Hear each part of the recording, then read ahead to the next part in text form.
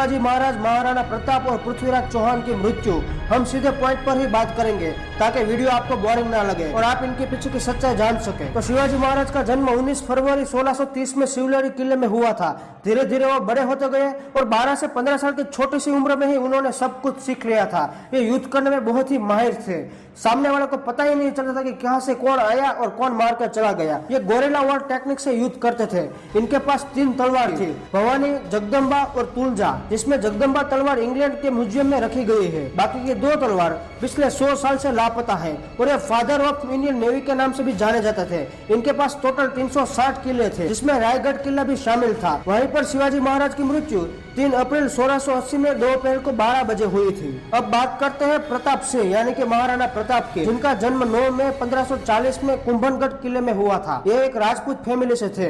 बचपन से बड़े ही वीर और शौर्य थे। इनका अकबर के साथ कई बार युद्ध हुआ, लेकिन अकबर कभी जीता नहीं और महाराणा प्रताप कभी हारे नहीं। ये पूरे 7.5 फीट के थे और उसके घोड़े का नाम चेतक था, जो उस समय पर सबसे ज्यादा तेज दौड़ने वाला घोड़ा था। उसके कवच का वजन 70 केजी था, जूते का वजन 10 केजी था, तलवार का वजन 10-10 केजी था और भाले का वजन 80 केजी था। एक बार अब्राहम लिंकन भारत आ रहे थे, तब उसकी माँ ने कहा, बेटा तुम कहाँ जा रहे हो? अब्राहम लिंकन ने कहा, माँ मैं भारत जा रहा हूँ। तब उसकी माँ ने कहा कि तुम मेरे लिए हल्दी घाटी की थोड़ी सी मिट्टी ले आना, क्योंकि मैं महाराणा प्रताप को इसलिए पूछती हूँ कि इन्होंने आधे देश के बदले में एक छोटा सा मेवाड़ अकबर को नहीं दिया। 57 साल की उम्र में शिकार करने से चोट लग गई और इलाज के दौरान उसकी मृत्यु हो गई। जब उसकी मृत्यु हुई थी तब अकबर भी रोया था और कहा था कि मुझे अफसोस है कि मैं कभी भी महाराणा प्रताप को नहीं हरा पाया। अब बात करते हैं पृथ्वीराज चौहान की। इनका जन्म 1149 में गुजरात में हुआ था और ये पूरे 7 फीट 4 इंच के थे और पृथ्वीराज चौहान ने मोहम्मद गोरी को 16 बार हराया था, लेकिन हारने के बाद पृथ्वीराज चौहान उसको माफ कर देते थे। लेकिन जब 17वीं बार युद्ध हुआ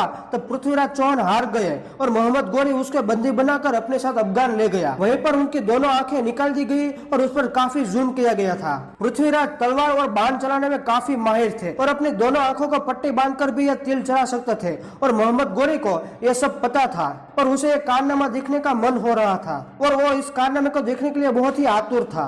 तब मोहम्मद गोरी ने पृथ्वीराज को बांध दिया और पृथ्वीराज चौहान के पास अपनी दोनों आंखें नहीं थी, उसके बावजूद भी मोहम्मद गोरी को एक ही तीर के निशाने से मार दिया। उसके बाद वहीं पर ही पृथ्वीराज चौहान की मृत्यु हो गई। तो दोस्तों ये थे हमारे भारत के वीर योद्धा